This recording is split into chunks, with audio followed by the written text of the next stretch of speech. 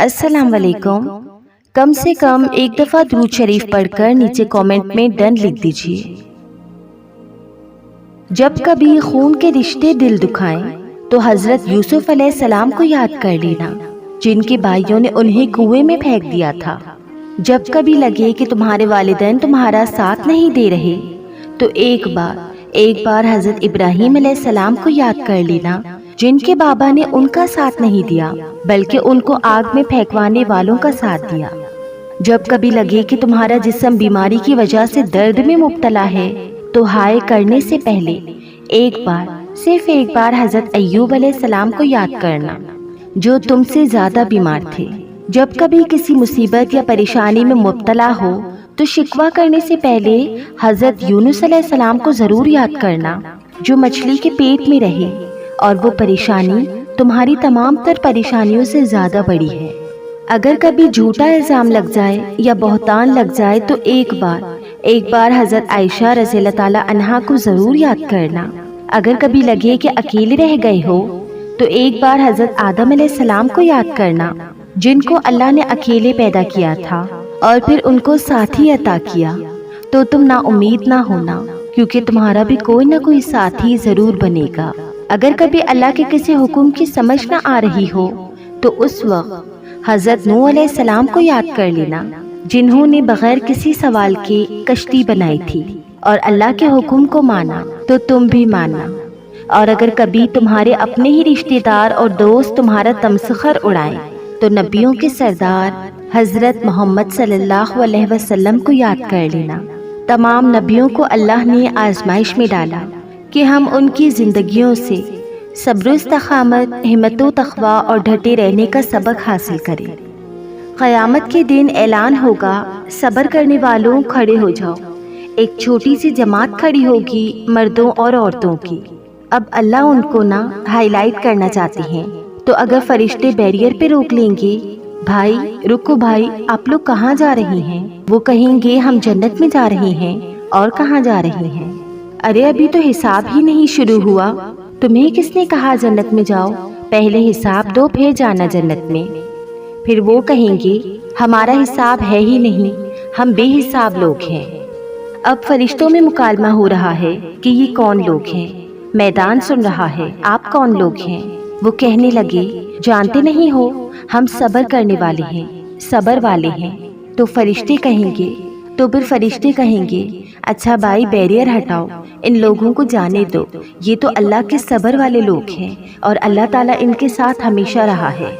تو ایسے میرا اللہ سارے بیریئر ہٹوائے گا کہ صبر والے آ گئے۔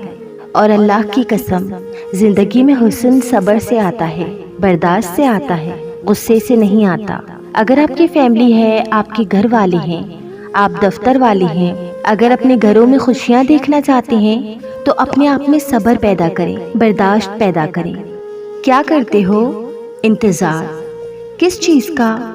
معجزوں کا۔ معجزے ہوتے ہیں؟ ہاں بالکل۔ اچھا بتاؤ کب ہوگا معجزہ؟ جب میرا اللہ چاہے گا۔ اور اللہ کب چاہے گا؟ جب حق میں بہتر ہوگا۔ اتنا یقین ہے اللہ پہ؟ جی بالکل، سب سے زیادہ۔ پھر یہ آنکھوں میں آنسو کیسے؟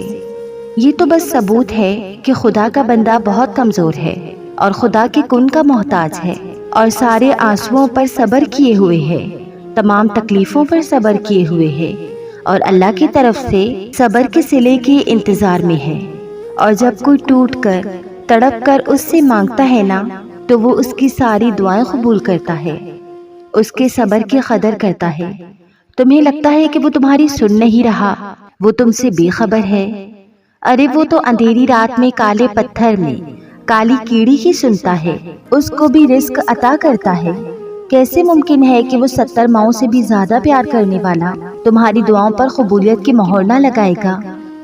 ارے تم بس صبر کرو اور انتظار کرو اور ہر تکلیف کو برداشت کرو۔ اور ایک بات کہوں، سورہ یوسف بھی ہمیں یہی سکھاتی ہے کہ ہر دعا قبول ہو سکتی ہے، ہر بچھڑا ہوا مل سکتا ہے اور ہر منزل پائی جا سکتی ہے۔ تم بس اللہ پہ یقین رکھو۔ اللہ بس انتظار اس لیے کروا رہا ہے کہ تمہاری آواز کچھ دیر اور سن سکے۔ یہ اس کی دیر انکار نہیں ہے، اور جو کہتے ہیں کہ دعا قبول نہیں ہو رہی یا نہیں ہوئی، ذرا سا دھیان ادھر بھی لگائیں۔ آپ خالی ہاتھ پیدا ہوئے، بنا لباس کے، لیکن بنا بھوک کے نہیں۔ پہلی بار پیٹ میں دودھ کس نے پلایا؟ دودھ پینا کس نے سکھایا؟ آپ کو کپڑے میں لپیٹا کس نے؟ مفت میں کلمہ کس نے دیا؟ آپ کو تب تھاما کس نے؟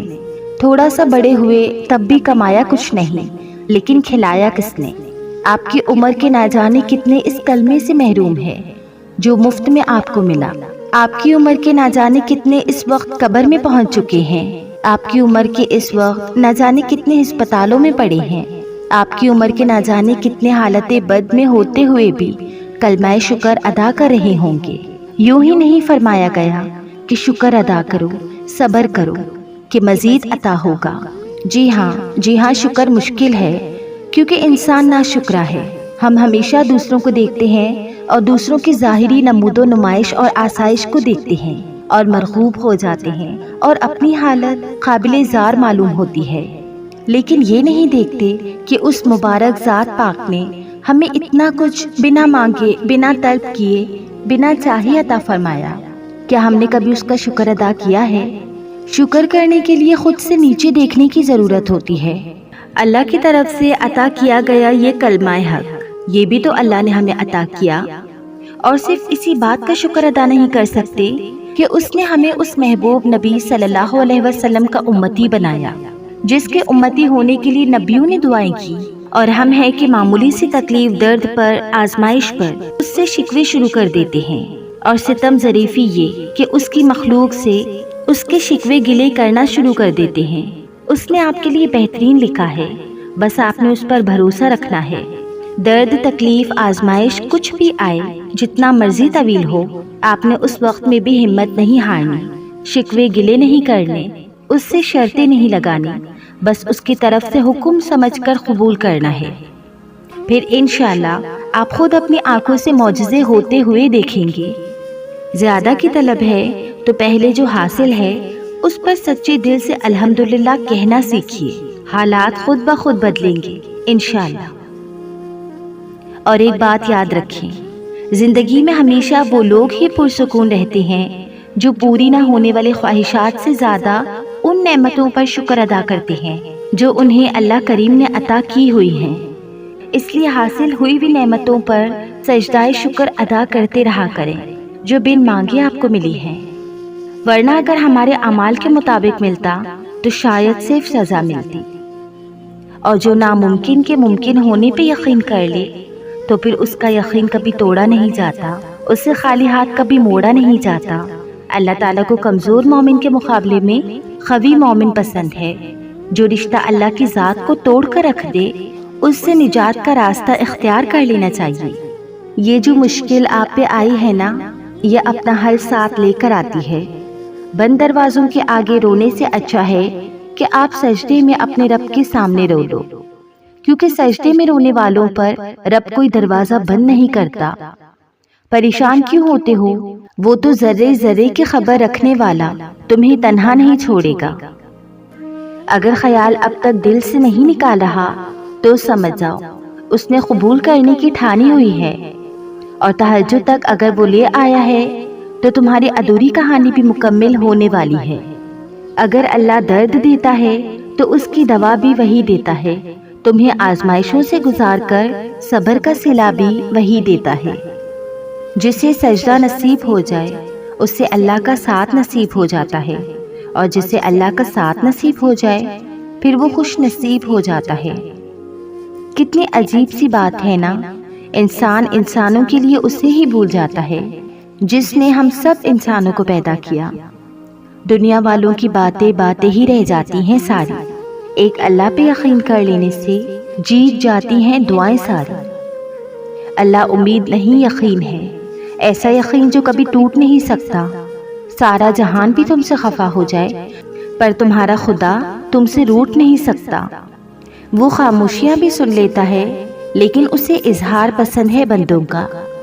جب بندہ کہتا ہے اے میری رب تو وہ متوجہ ہوتا ہے، جب بندہ کہتا ہے تو بڑا رحیم ہے تو اس کی رحمت جوش میں آتی ہے، جب بندہ کہتا ہے کہ اللہ مجھے معاف کر دے تو وہ معاف کر دیتا ہے۔ جب بندہ گڑ گڑا کر کچھ مانگتا ہے تو وہ قبول کر لیتا ہے۔ کتنی عظیم ذات ہے اللہ کی کہ جب بھی پکارو ایسا لگتا ہے کہ اللہ صرف میرا ہو۔ اگر اللہ نے تمہارے دل میں کسی چیز کی چاہت کا بیج بویا ہے تو اس چاہت کو تم تک پہنچانے کے راستے بھی بنائے ہیں۔ دل کے راستے تک اگر وہ پہنچ گیا ہے تو انشاءاللہ اسی راستے کے ذریعے نصیب تک بھی پہنچ جائے گا۔ اللہ جانتا ہے کہ تم تھک چکے ہو، وہ جانتا ہے کہ تم کوشش کر رہے ہو، وہ جانتا ہے تمہارے لیے مشکل ہے، لیکن یہ جان لو اللہ تمہیں ایسے حالات میں نہیں ڈالے گا جس سے تم سنبھال نہیں سکو گے۔ اور یہ کیسے ہو سکتا ہے کہ اللہ کے بندے آنسو بہائے اور وہ کن نہ کہے؟ کچھ لوگ اللہ کے گھر کے لیے ہی پیدا کیے گئے ہیں۔ اللہ انہیں چن لیتا ہے، کبھی رلا کر، کبھی آزما کر، کبھی تکلیف دے کر۔ وہ اپنے خاص بندوں کو دوسروں سے الگ کر دیتا ہے۔ کچھ اس مقام تک چل کر خدا تک جاتے ہیں اور کچھ کو کھینچ کر لایا جاتا ہے۔